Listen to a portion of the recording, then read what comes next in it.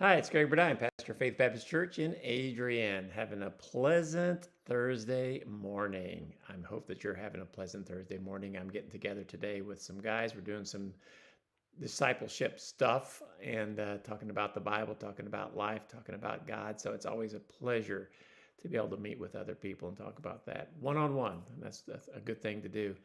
But having a mentor, a spiritual mentor, and somebody that can challenge you, hold you accountable, and it's just a wonderful thing. So that's what I've got going on today. What have you got going? If you want to leave a comment, you're more than welcome. How's your Thursday coming along? So we've been looking at some Bible verses that have to do with farming, and I've got an interesting one that I discovered. It's a concept that we generally don't, farmers don't generally do. But God told the Israelites to do this. And this is what it says. It's in Exodus chapter 23 and verse 10. The principle is still good, but I don't know too many farmers that would do this. But God commanded the Jews. So anyway, here we go. It's Exodus 23:10. And just one verse, but I'll have to explain it a little bit. 6 years thou shalt sow thy land, and shalt gather in the fruits thereof. What God said was for 6 years in a row, plant your crops, harvest your crops, work hard. You're supposed to work 6 days and take off a seventh day, Sabbath. But what God told them to do, and this is work 6 years and take off the seventh year. What?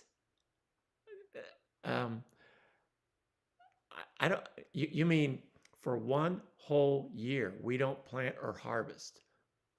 What's going to happen? What?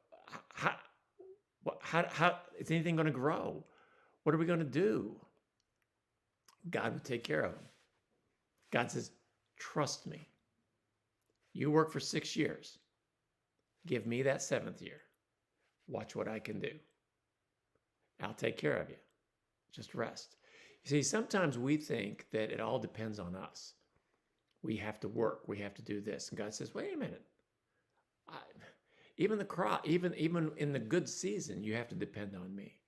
I'm going to let you totally depend on me on that seventh year. Now, what we do find out is the Jews really didn't do this. I don't know if they just bypassed it, if they thought, we can get more work done working on that seventh year, but they just did not do this. And they weren't blessed. But I think the principle is true. And that principle is that most of what we do, we just need to trust God. We need to do what we can do. And if we've done all that we can do, let the rest go. God will take care of it. And it doesn't mean that we're lazy. It doesn't mean that we don't prioritize. It doesn't mean that we don't do what we're supposed to do. But what it does mean is don't be anxious. Don't worry. God will take care of you. And so I don't know what you've got going with your life or with work or anything like that. I remember when I worked at a factory, and guys would work hard and work hard and work overtime.